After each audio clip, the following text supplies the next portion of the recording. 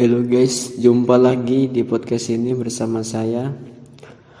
Dalam edisi podcast ini, saya akan bercerita atau memberikan secuil cerita tentang pengkhianatan PKI, yang dimana ini artikel yang saya baca ditulis oleh guru saya, oleh yang sengaja saya tidak sebutkan namanya, berdasarkan pengalaman beliau yang beliau ketika itu masih kecil. Dalam pengantarnya, beliau menuliskan seperti ini: karya ini saya tulis berdasarkan ingatan yang ketika itu saya masih kecil dan berkelanjutan hingga remaja. Kisah ini semacam bunga rampai, terpatah-patah plotnya, banyak kisah lepas yang sulit untuk dipertemukan setting waktunya. Sebagian kisah ini juga saya dapatkan dari orang terpercaya sewaktu saya sudah purna, kanak-kanak atau remaja. Sengaja saya tidak menyebut nama-nama, khawatir akan memicu suasana tidak harmonis, karena bisa jadi ada pembaca yang masih memiliki jalur keturunan dengan salah satu dari mereka. Semoga dengan menikmati kisah ini, kita dan semua generasi selalu waspada terhadap bahaya laten yang selalu mengintai bangsa ini, terutama umat Islam. Wallahu a'lam. Oke, sebelumnya, jadi ini itu kisah-kisah yang benar-benar nyata, real, dan dialami oleh yang menuliskan buku, yang menuliskan esai ini atau artikel ini, juga dari berbagai sumber yang beliau percaya. Jadi ini kisah-kisah benar-benar real dan terdapat memuat kisah dengan memakai sudut pandang satu. Oke, ini kisah pertama dengan judul Ladangku di Pagi Hari. Ya, ini adalah kisah nyata, bukan hanya sebuah fiksi, tapi ini sesuai dengan pengalaman pribadi. Tahun 1965, aku masih berusia 6 tahun. Kebiasaan orang dan anak-anak petani saat itu tiap pagi pergi ke ladang, apalagi hari Jumat sekolah libur.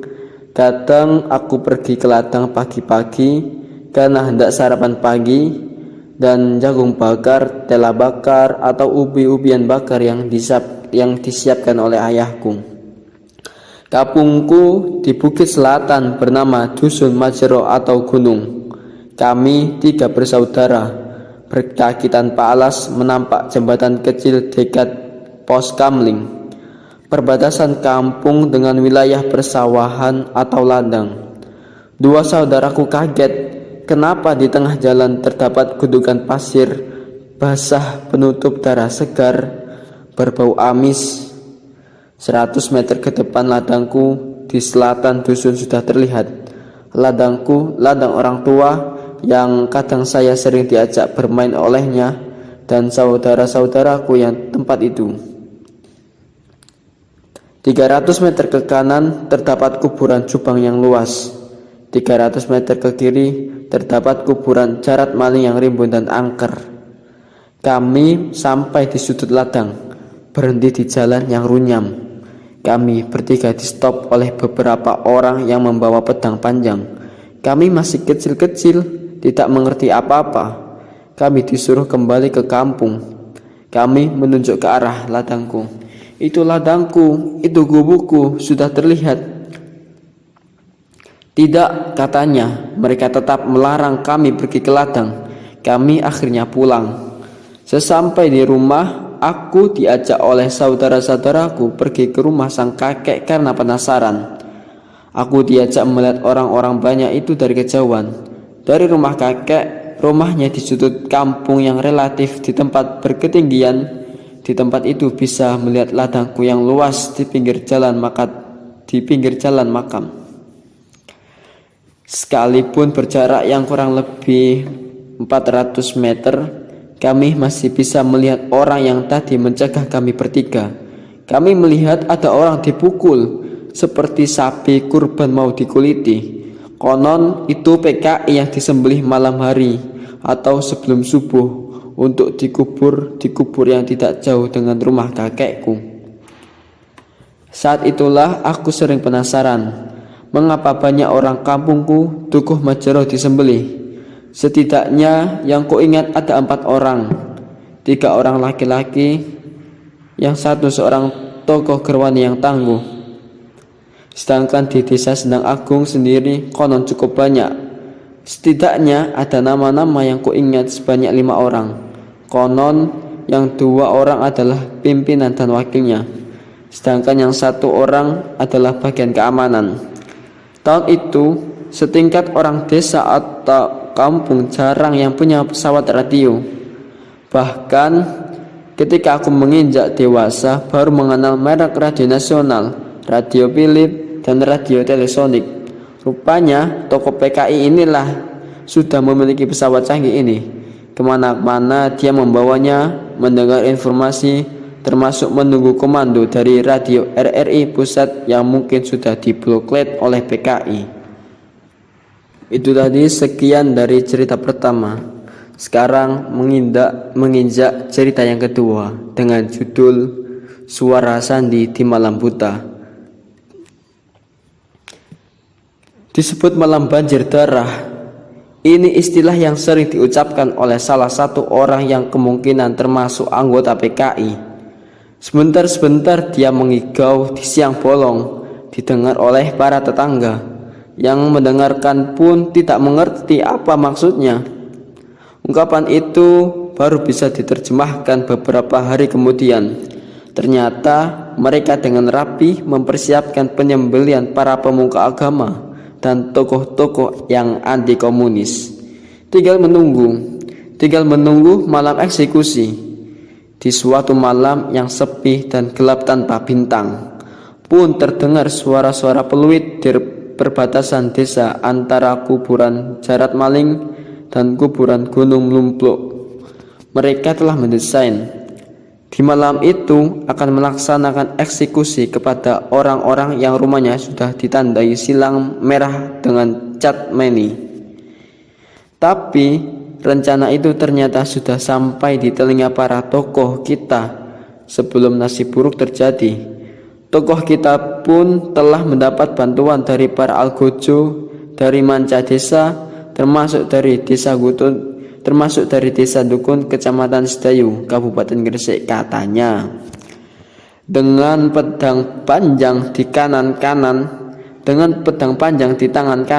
dan sentolop panjang bercap kepala harimau dengan gigi menyeringai, berbatera 5 biji di tangan kiri. Mereka telah siap konfrontasi dengan pertolongan Allah. Buyarlah tunggang langgang, mereka tak tahu arahnya. Ya, sekian mungkin dari cerita ini. Maksud dari cerita ini adalah bahwasanya ketika malam itu akan ada perserangan PKI yang sudah tersusun rapi. Namun alhamdulillah dengan pertolongan Allah Subhanahu wa taala akhirnya peristiwa ini atau rencana PKI ini bisa digagalkan. Karena para tokoh agama sudah mendengarnya, pun kita telah mendapatkan bantuan dari para algojo dari berbagai desa, termasuk salah satunya Desa Dukun, Kecamatan Sedayu, Gresik.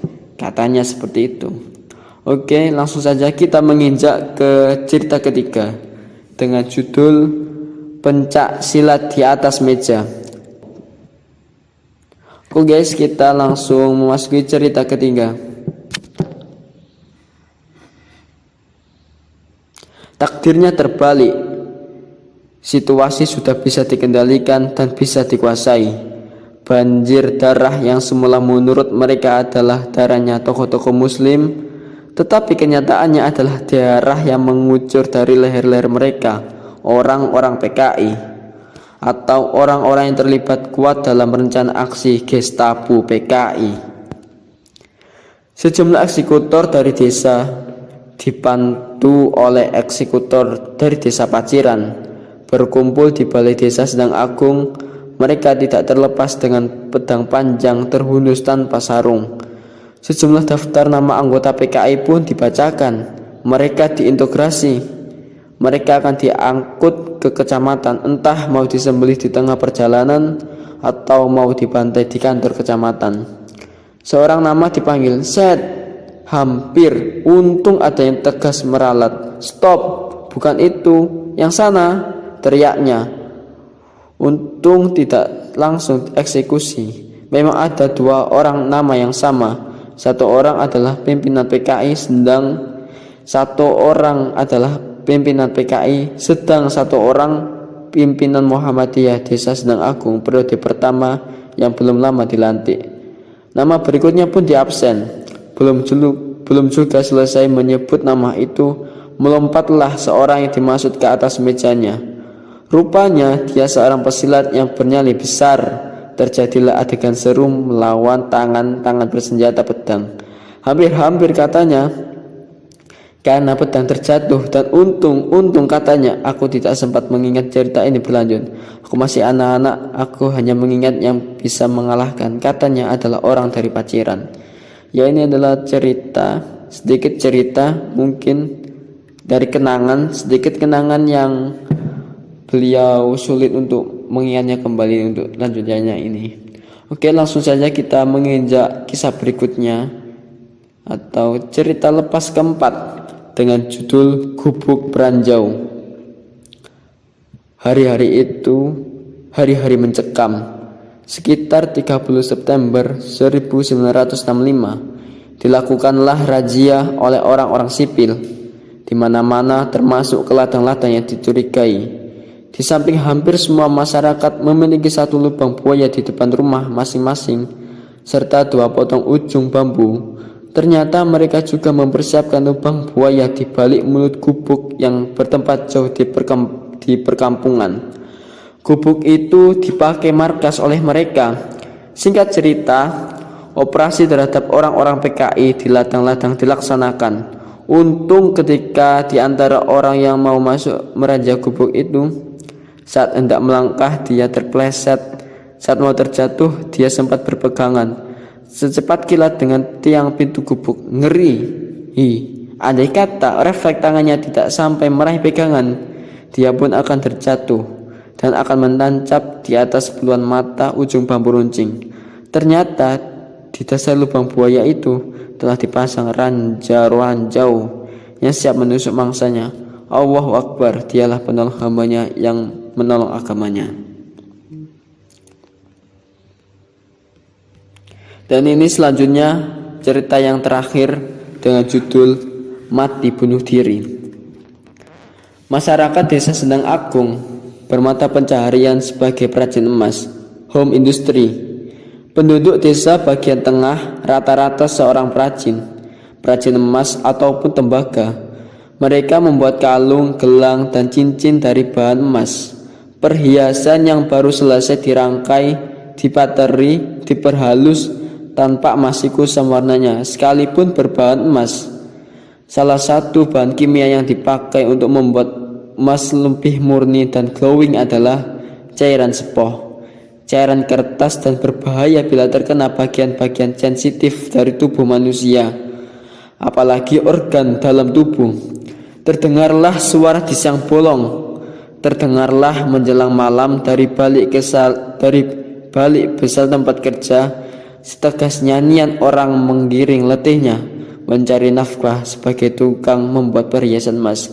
Banjir darah, tebang itu mendayu-dayu, menyayat-nyayat. Tak ada yang mengerti apa maksud kata-kata itu. Begitu kenyataan terbalik baginya.